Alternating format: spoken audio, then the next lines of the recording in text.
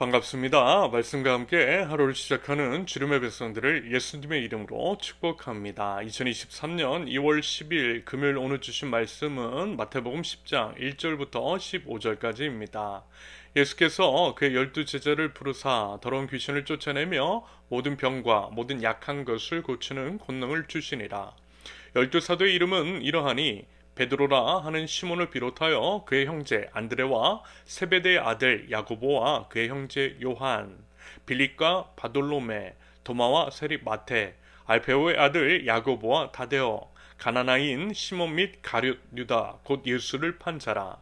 예수께서 이 열두를 내보내시며 명하여 이르시되 이방인의 길로도 가지 말고 사마리아인의 고을에도 들어가지 말고 오히려 이스라엘 집에 잃어버린 양에게로 가라.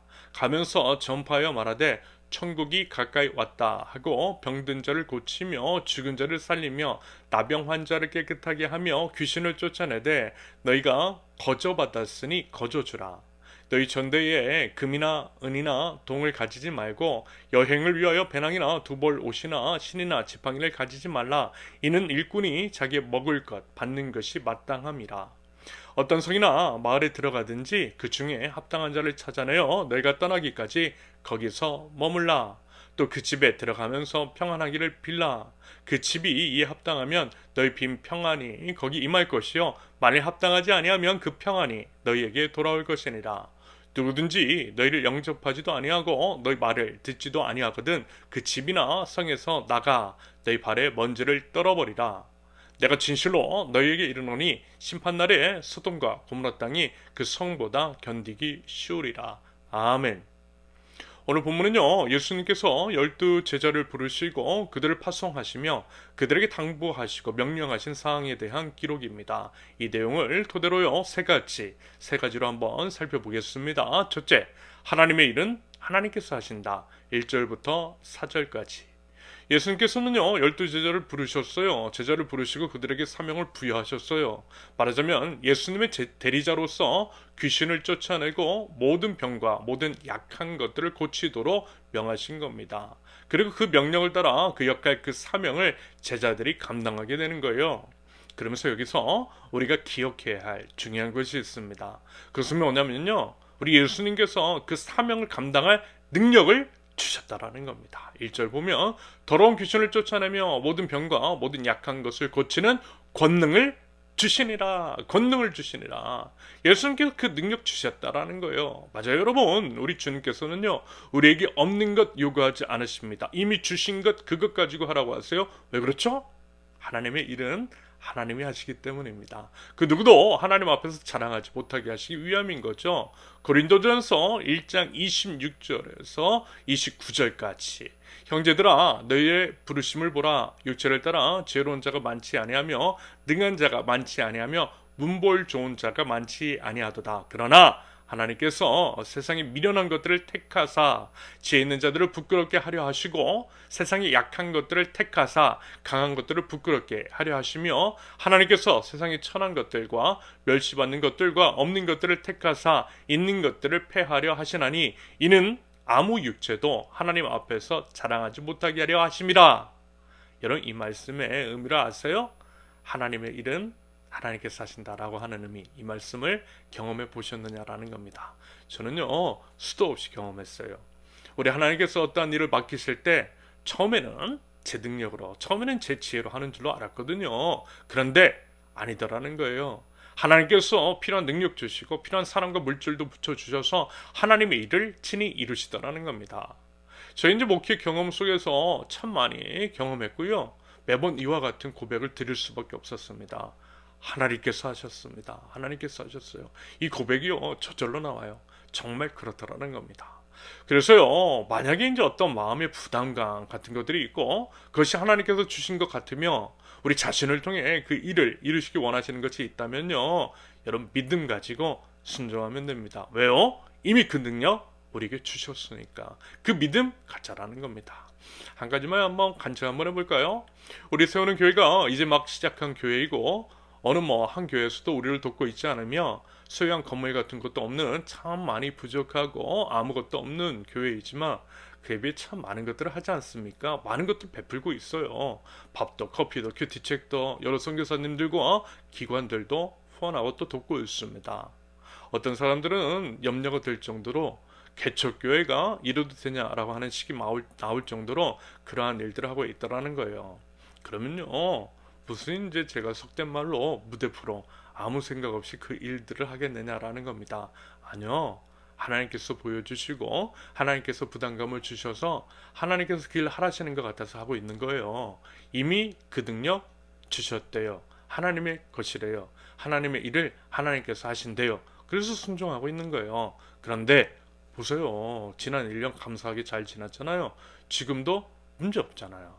그냥 드리는 말씀이 아니라 정말 우리 하나님 함께 하시고 하나님의 마음과 하나님의 시선이 있는 것. 다시 말해서 우리를 통해 하길 원하시는 곳에 우리 하나님의 것을 드리니 채워 주시더라는 겁니다. 하나님의 일은 하나님이 하시더라는 거예요. 여러분 이것이 믿음인 줄로 믿습니다. 하나님은 하나님의 역사를 친히 이루세요. 그러므로 부디 하나님이 말씀하시며 이미 그것을 이룰 능력 또한 주신 줄로 믿고요. 믿음 가지고 나아가는 저 여러분들 우리 세우는 교회가 될 수 있기를 바랍니다. 둘째, 거저 받았으니 거저 주는 것이 맞다. 5절부터 8절까지. 예수님은요 분명하게 말씀하세요. 예수님께서 맡기신 사명을 감당한다라고 할 때 대가 바라지 말라고 하세요. 왜요? 거저 받았으니까. 거저 받았으니까 거저 주라 하시는 겁니다. 이것이요 여러분 은혜의 법칙인 것이고 은혜 받은 자의 마땅한 자세라는 것이겠죠. 여러분 은혜라고 하는 것, 은혜가 그런 의미잖아요. 자격 없는 자들에게 베풀어 주시는 하나님의 선물, 그것이 은혜입니다. 내가 뭘 해서가 아니라 거저 주신 거예요. 그러므로 그 은혜를 입은 사람, 은혜를 아는 사람은요, 은혜를 베푸는 것이 맞는 겁니다. 그래서요, 우리 세우는 교회와 우리 개개인이 그런 사람 되면 좋겠어요. 그랬으면 좋겠어요. 은혜가 풍성한 교회, 그리고 그러한 저와 여러분들. 여러분, 이게 믿음 아니겠습니까? 그 믿음 가지고요, 사람을 살리고 세우기 위하여서 우리 것들을, 아니, 하나님의 것들을 베풀 줄 아는 넉넉한 하나님 나라 공동체 되면 좋겠습니다. 사실요, 모든 것들, 생명까지도 하나님의 것 맞잖아요. 이미 죽었는데 생명을 구원해 주신 우리 하나님이시잖아요. 가장 귀한 것이 생명이고 그 생명까지 얻었는데 다른 것 왜 못 주겠느냐라는 거예요. 우리도 한번 그래보자라는 겁니다. 말하자면 우리 교회도 그와 같은 맥락에서 베푸는 겁니다. 은혜 받았기 때문에. 역시 앞서 말씀을 드린 것처럼 우리 세우는 교회가 여러 가지 것들을 베푸는 이유 거저받았기 때문인 거예요. 다른 것이 아니라 은혜를 입은 자들이기 때문입니다. 그래서 은혜가 풍성한 교회가 되고자 하는 거예요. 여러분 헌금이요? 헌금? 솔직히 헌금 여러분 안 해도 돼요. 없으면 안 해도 돼요. 없는데 어떻게 해요? 그리고 사실 헌금이라고 하는 것은 믿음의 영역이잖아요. 믿음대로 하시면 돼요. 하지만요, 헌금은 안 하셔도 우리 교회에서 베푸는 것은 그래도 풍성하게 그냥 부담 없이 누리시면 돼요. 은혜는 그런 것이니까. 헌금 안 했지만 그럼에도 누리는 거예요. 그거 경험하셨으면 합니다. 그러면 돼요. 바라는 거 없어요. 그것들을 통해서 은혜가 무엇인지를 여러분들이 일단 경험하셨으면 좋겠습니다. 바라는 것 그뿐입니다. 우리 주님 거저 주셨으니 거저 드립니다. 그런 은혜가 풍성한 저와 여러분 우리 세우는 교회 공동체가 될 수 있기를 바랍니다. 셋째, 집착할 필요 없다. 9절부터 15절까지. 예수님은 복음 전도자들에게 이런 말씀하세요. 복음을 전하면서 생계를 보장받는 것의 정당성에 대해서 말씀합니다. 바꿔 말하면 복음 전도자들, 예를 들면 이제 저 같은 말씀 전하는 사역자들의 생계는 책임지라는 의미로 해석할 수 있을 것 같아요. 그런데요, 그러면서 이 말씀하세요. 복음 및 복음 전도자들을 환대하지 않는 자들에 대해서는 미련 없이 나오라는 겁니다. 오히려 말씀 전하는 자들에 대한 존중이 없는, 그들이 복 없는 자들인 것이고 하나님의 심판을 면하지 못할 것이라고 말씀합니다. 15절 말씀이 바로 그 경고인 거잖아요. 여러분, 하나님의 복음 맡은 자는 이런 자부심 혹은 담대함, 당당함 같은 것들이 있어야 하는 게 맞는 겁니다. 구걸하는 사람 아니에요. 말씀 맡은 자 그 자신도 그러하고요. 그들을 대하는 사람들도 이러한 부분들을 주의해야 할 필요가 있는 겁니다. 결국 뭐냐면 여러분 서로에 대한 존중과 배려일 것 같아요. 서로를 책임지는 사랑 바로 그것이겠죠. 부디어 그런 아름다운 마음, 마땅한 태도, 그리고 말씀에 대한 바른 반응이 있는 저 여러분들, 우리 세우는 교회가 되실 수 있기를 예수님의 이름으로 축원합니다. 함께 기도합니다. 하나님의 일은 하나님께서 친히 이루어 주시는 줄로 믿습니다. 하나님, 그 믿음 가지고 하나님께서 말씀하신 것이면 하나님께서 이미 그 능력 또한 주신 줄로 믿고 믿음으로 순종하며 나아갈 줄 아는 하나님 나라 백성들 저희되게 하여 주시옵소서. 은혜가 넘치는 저희들, 은혜가 풍성한 하나님 나라 공동체 세우는 교회가 되기를 원합니다. 거저 받았으니 거저 베푸는 자들을 되기를 원합니다.